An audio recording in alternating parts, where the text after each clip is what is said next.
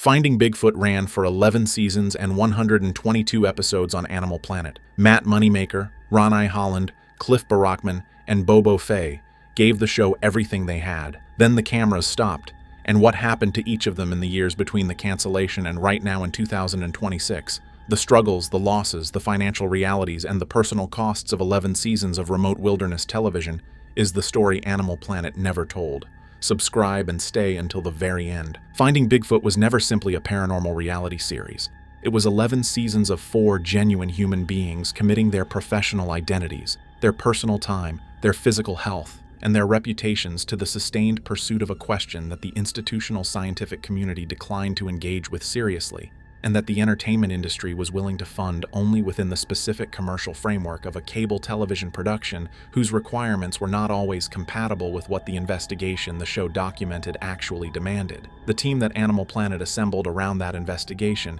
was not a casting decision designed to produce entertaining television personalities. It was a convergence of 4 people whose individual relationships to the Bigfoot question were genuine, and whose collective capability in the field gave the show an investigative credibility that the paranormal television genre had not previously achieved. Matt Moneymaker had built the Bigfoot Field Researchers Organization across decades of independent fieldwork that predated the show's existence entirely. A research infrastructure whose systematic approach to encounter documentation had produced the most extensive database of Bigfoot reports ever assembled, and whose existence gave the show's investigation a research foundation that no comparable production could claim. Ranae Holland was a working field biologist whose scientific training and professional skepticism were genuine rather than performed, whose willingness to apply her biological framework honestly to the evidence the investigations produced, including when that application produced conventional explanations rather than dramatic confirmations, gave the show's positive findings a weight that credulous enthusiasm could never match. Cliff Barackman was a forensic track analysis researcher whose decades of physical evidence documentation had produced the most rigorously maintained collection of Bigfoot casting evidence in the world, whose professional credibility in the physical evidence domain was entirely independent of the television format that was now documenting his work. And Bobo Fay was a man whose decades of sustained presence in the Pacific Northwest forests, where the evidence was most concentrated,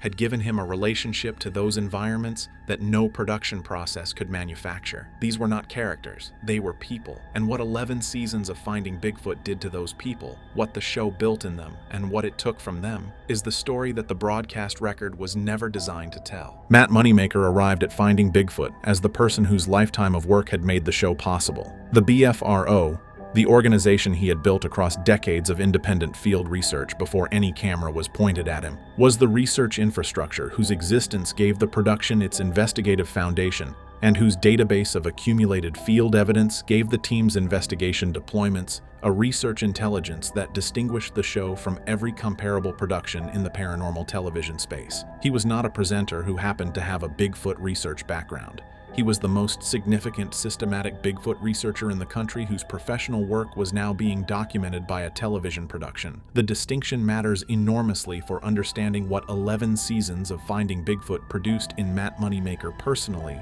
because the tension between what the BFRO investigation was and what the Animal Planet format required it to be on camera was a sustained professional friction whose cumulative toll the broadcast record's entertainment presentation never acknowledged. He built his life around a question, not a television franchise, the question itself, the BFRO, the database, the decades of independent field work that preceded the show and continued alongside it. All of it organized around the systematic pursuit of an answer whose documentation the show's commercial framework was always more interested in approaching than arriving at. Across 11 seasons of filming, Matt managed the distance between the investigation he had built his professional identity around and the entertainment product that the network needed the investigation to produce. That management had a cost. In the years since the show's cancellation, the specific challenge of sustaining the BFRO's investigative momentum without the production infrastructure that the Animal Planet relationship had provided, without the resources, the audience reach, and the institutional support that gave the research operation its most extensive platform, has been the defining professional challenge of his post-show years. The audience the show built knows his name. What they know less well is what building everything the show required of him and then navigating its absence has looked like in the specific terms of a life organized entirely around a question that the mainstream modern world still declines to take seriously. Ranae Holland's contribution to Finding Bigfoot was the most significant and the most underappreciated element of what made the show worth taking seriously. She was not a skeptic performing skepticism for a credulous audience. She was a working field biologist whose professional training in the systematic observation and analysis of wildlife behavior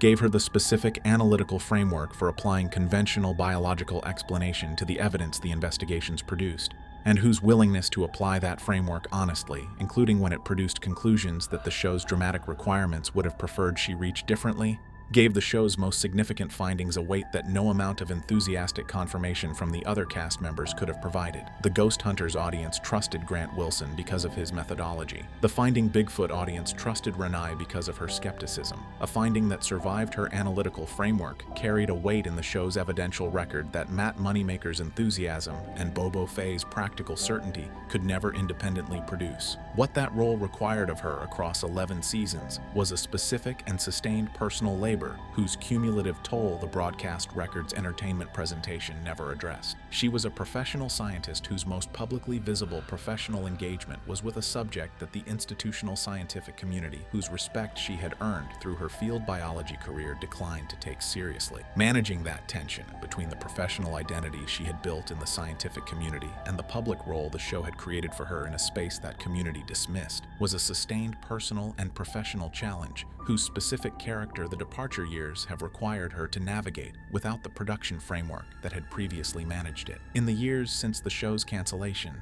the question of how a field biologist whose most significant public professional engagement was with the Bigfoot question rebuilds her relationship to the scientific community she came from is a question whose answer the post-show years have been writing in ways that the Finding Bigfoot audience has never been given an honest account of. Barackman built the North American Bigfoot Center in Boring, Oregon, a dedicated museum and research facility whose existence is the most concrete expression of a professional commitment to the physical evidence documentation of Bigfoot's existence that any single researcher in the field has ever made. It is not a hobby operation or a side project alongside a more conventional career. It is the specific institutional form that Cliff's lifetime of forensic track analysis research, casting collection development, and evidence methodology work has taken, the thing that his decades of field research were always building toward, and that the Finding Bigfoot years both supported through their platform and complicated through their demands on his time and energy. The North American Bigfoot Center's existence in 2026 is the most direct indicator of what the post-show years have looked like for Cliff Barackman,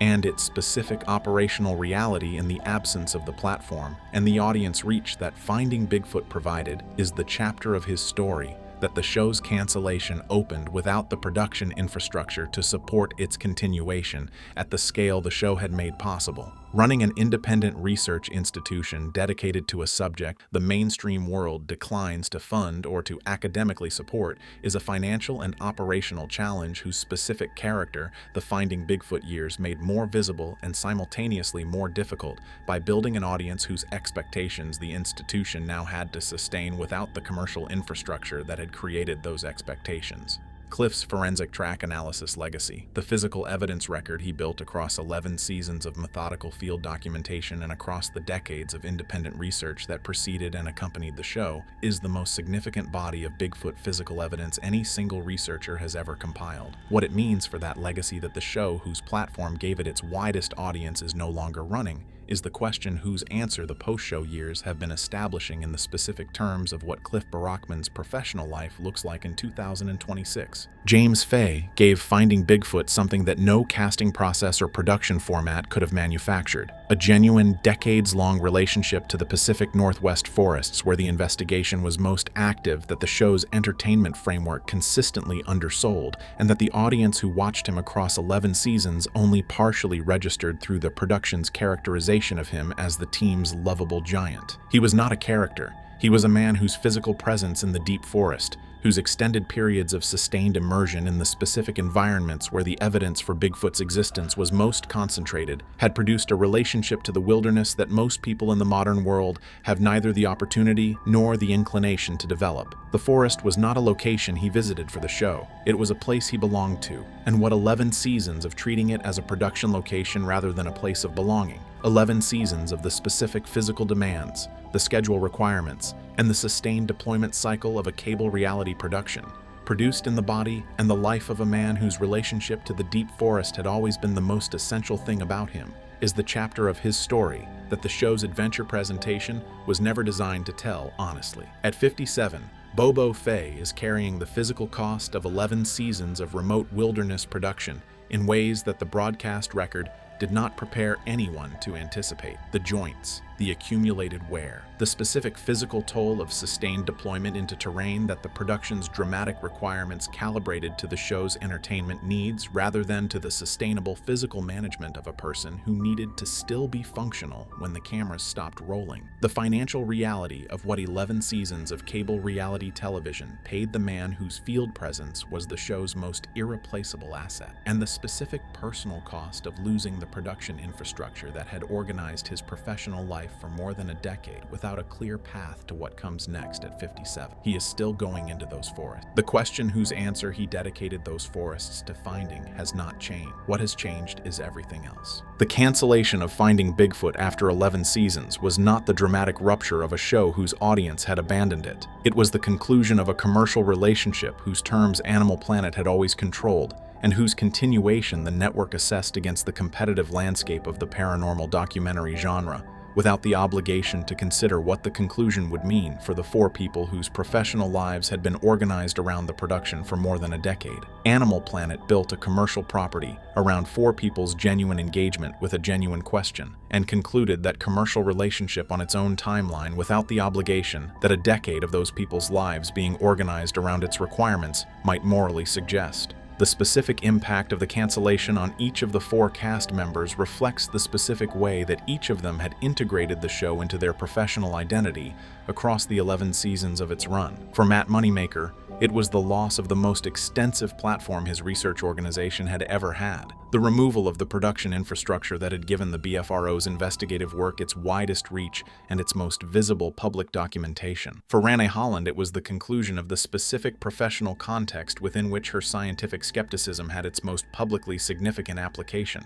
and the return to a scientific community whose institutional culture had never fully acknowledged the legitimacy of the engagement her Finding Bigfoot years represented. For Barackman, it was the narrowing of the platform whose audience reach had been the North American Bigfoot Center's most significant source of public visibility, the reduction from a nationally broadcast television audience to the independent museum's walk-in visitors and online following. And for Bobo Fay, it was the removal of the operational structure that had organized more than a decade of his professional life without a clear replacement for what it provided, leaving a man whose entire professional identity had been built around the show's investigation format to navigate the post-show years without the institutional framework the show had always represented. The financial dimension of what 11 seasons of Finding Bigfoot produced for the four people who made it is the chapter of the show's story that the broadcast format's entertainment presentation was most completely designed not to address, and that the post-show years have communicated most clearly in the indirect but legible terms of what each cast member's professional life looks like without the production's financial contribution. Reality television has a documented history of generating substantial commercial value for the networks that broadcast it,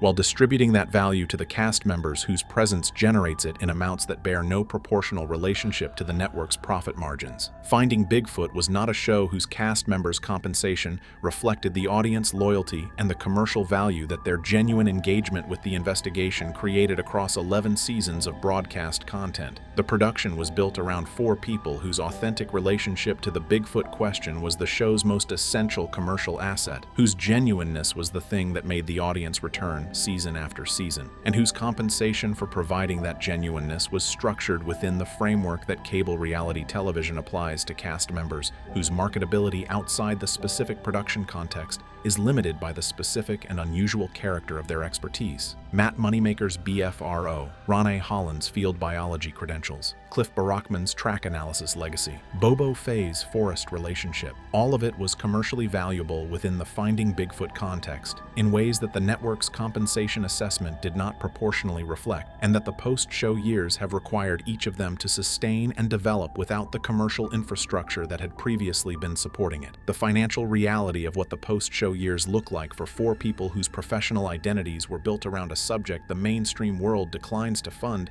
is the most practically significant dimension of what the show's cancellation produced in their lives. and it is the dimension the broadcast record was least equipped to prepare the audience to understand. In 2026, the members of the Finding Bigfoot team are in the specific chapters of their post-show lives, whose character the accumulated weight of 11 seasons of production followed by the specific dislocation of the cancellation has shaped in ways that the show's adventure presentation never prepared anyone to understand. Matt Moneymaker is sustaining the BFRO operation, the research organization whose existence predated the show and whose continuation in the post-show years without the platform the show provided has required the specific combination of institutional commitment and practical resourcefulness that his decades of independent research before the show had built into his operational character. The database keeps growing. The field research continues. The question that organized his professional life before Finding Bigfoot existed is still the question that organizes it now. What has changed is the scale of the platform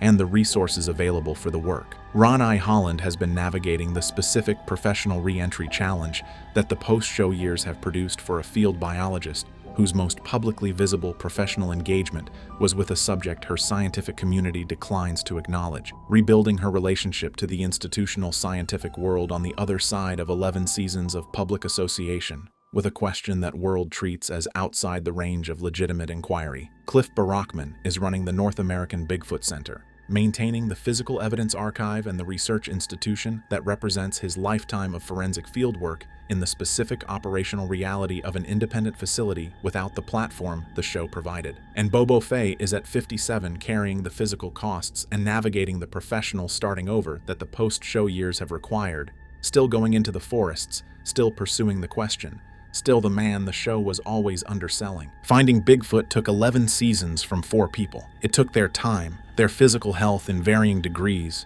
their professional reputations in the specific sense of publicly attaching those reputations to a subject the mainstream world declined to credit, and the specific personal cost of organizing a significant portion of their adult lives around a production whose continuation was always controlled by a network whose commercial calculations had nothing to do with what the work meant to the people doing it. What it gave them in return was real: the platform, the audience, the investigative resources, and the documented field research record that 11 seasons of Animal Planet production provided. But the exchange was not equal. It was never designed to be equal. And what 2026 looks like for Matt Moneymaker, Ranae Holland, Barackman, and Bobo Fay, the specific combination of what the show built in each of them and what its conclusion required each of them to absorb, is the completion of a story that the broadcast record began without the format to finish honestly. The question Finding Bigfoot was built around has not been answered in the public record. The investigation's most significant findings, including the complete investigation archive, whose existence and whose character the show's most credible voices have been progressively establishing through careful public disclosure, remain in production archives whose public availability the post-show years have not yet produced. What each of the 4 cast members is doing in 2026, with what the show gave them and what it cost them, is their individual answer to the question that the cancellation of a decade-defining production always eventually forces on the people who built their professional lives around it. The question of who you are when the thing that defined you is over. 4 people, 4 different answers, all of them shaped by 11 seasons of going into those 4, looking for something that every indicator in their combined field experience told them was real. The search continues. In 2026, it continues without cameras, without Animal Planet, without the production infrastructure that organized it for 11 seasons. But it continues, because the question has not changed, and neither have the people who built their lives around finding its answer.